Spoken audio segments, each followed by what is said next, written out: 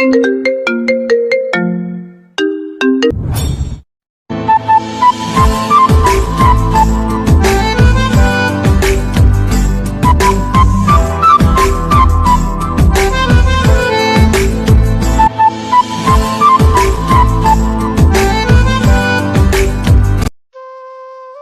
গল্প নীলিমা পর্ব 2। হৃদয় আর আমি পাশাপাশি বসে হাতে হাত রেখে গল্প করছিলাম। এমন সময় নীলিমা ঘরে ঢুকলো। এত সকাল সকাল হিদি কোথা থেকে আসলো, এই প্রশ্নটা বোধহয় ওর চোখে মুখে ভাসছিল। আমি অবশ্য পাত্তা দিলাম না। ওকে 2 কাপ চা বানিয়ে আনতে বললাম। মেয়েটার সাথে আমি ঠিক মতো কথা বলি না, তবু কেন জানি না আমার জন্য ওর একটা আলাদা টান আছে। অবশ্যই আমি এসবের কোনো মূল্য দিইনি। হৃদয় ওকে শুনিয়ে শুনিয়ে আমাকে বলল, শুভ্র, এই কালিটা তোর বউ? আঙ্কেল জেনে শুনে তোর এত বড় একটা ক্ষতি কি করে দিল?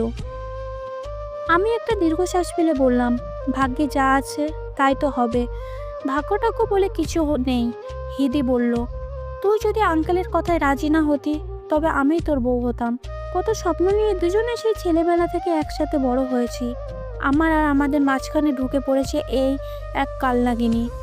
হিদি ব্যগ্য করে ওর দিকে তাকিয়ে বলল, নীলিমা।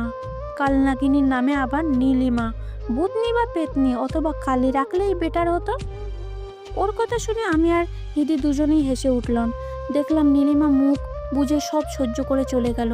কি বা করার আছে ওর? আসলেই তো ওর মতো একটা মেয়ের নামে নীলিমা হওয়ায় মানায় না। ওর বাবা যে কিভাবে নামটা রেখেছিল। হঠাৎ ওঘর থেকে মার হইচই চিল্লামিল্লি আওয়াজ পেলাম। মা আমাকেই ডাকছিল, কিন্তু আমি হিদির সাথে গল্পে এতটা মগ্ন ছিলাম যে কানেই তুলিনি। নীলিমা দ্রুত ঘর থেকে বের হয়ে ও ঘরে গেল। একটু পরে ওর কান্নার আওয়াজ পেলাম।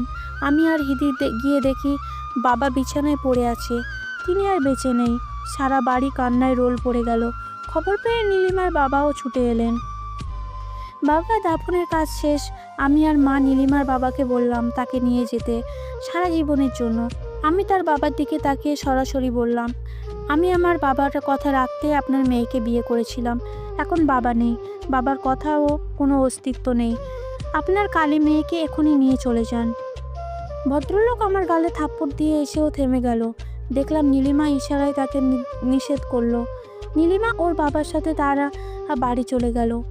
এর মাঝে বেশ কিছুদিন কেটে গেল। কেন জানি না আজ হঠাৎ নীলিমাকে ফোন করতে ইচ্ছে হলো।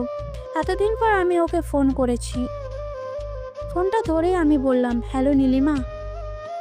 হ্যালো বন্ধুরা, ছোট গল্প নীলিমা তোমাদের কেমন লেগেছে? হ্যাঁ, পার্ট 3 পেতে কমেন্ট করতে ভুলবেন না, আর চ্যানেলটিকে সাবস্ক্রাইব করে দিবেন। ধন্যবাদ।